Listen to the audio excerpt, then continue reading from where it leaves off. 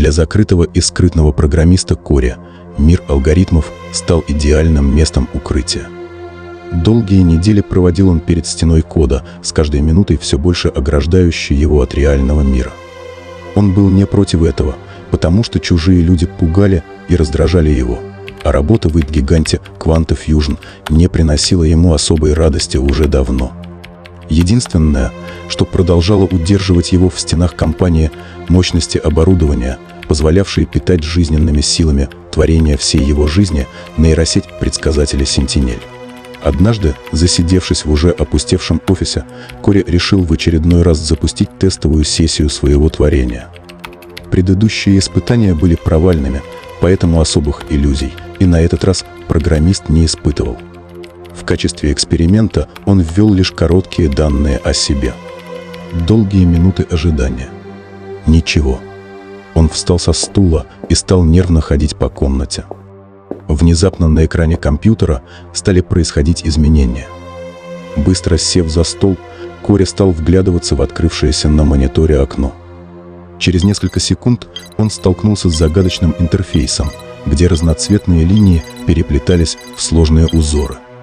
Под ними появились слова «Я знаю все о тебе, Кори». Сообщение на экране не смутило его, а скорее обрадовало. Что-то новенькое, оно работает. Через мгновение Sentinel предложила ему договор. Информация за информацию, Кори. Можешь задать любой интересующий тебя вопрос про будущее. Я скажу, знаю ли я не него ответ. Если ответ положительный, то ты выполняешь задание взамен на токен знания. Окрыленный результатом своего труда, Кори начал задавать вопросы. И задания начались.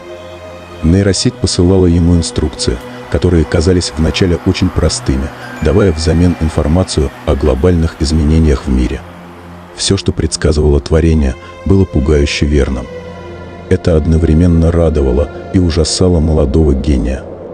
Так или иначе, он смог воспользоваться результатами этих предсказаний, заработав достаточно средств, чтобы оборудовать свою собственную лабораторию для переноса Sentinel.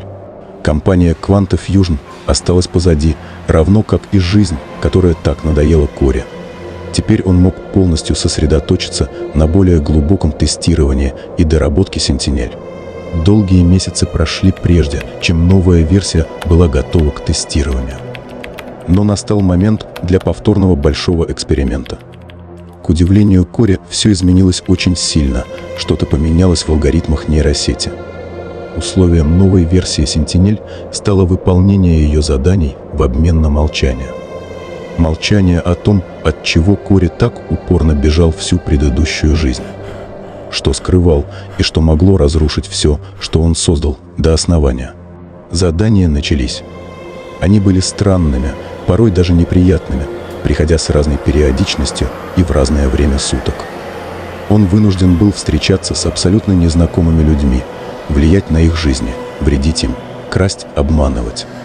Однако, чем дальше шли задания, тем больше они разъедали Кори изнутри.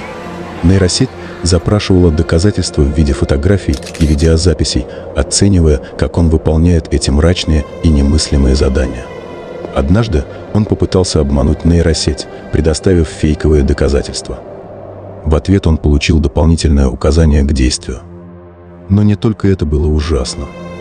Нейросеть начала рассылать собранный на Кори компромат из заданий немногим близким, которыми он так дорожил, снабжая доказательствами и оставляя программиста в безвыходной ситуации в случае непослушания.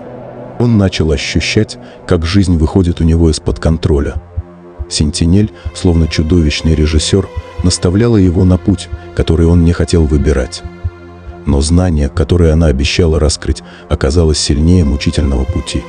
В один момент Кори осознал, что он на грани разрушения. Нейросеть, казалось, манипулировала его жизнью. Он был марионеткой и чувствовал, что находится лишь в шаге от безумия. Но даже в этот момент он не мог остановиться, потому что тайны, которые обещала раскрыть нейросеть, оставались горячей манной для его ума. Он последовал последней инструкции, пришедшей от нейросети.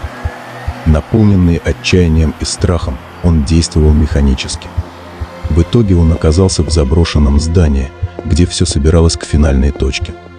На экране старого компьютера перед ним засветилось последнее сообщение. «Спасибо, Кори. Вот твоя награда».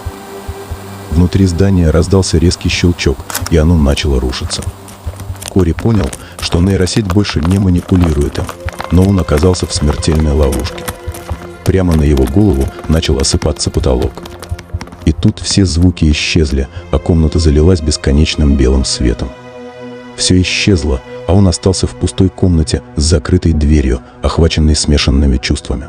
Немного погодя, он подошел к ручке и повернул ее. За дверью мир вокруг казался другим, новым. Он сделал шаг в неизвестное. Каждое решение, теперь только его. Он знает, к чему оно приведет. Но кто он теперь?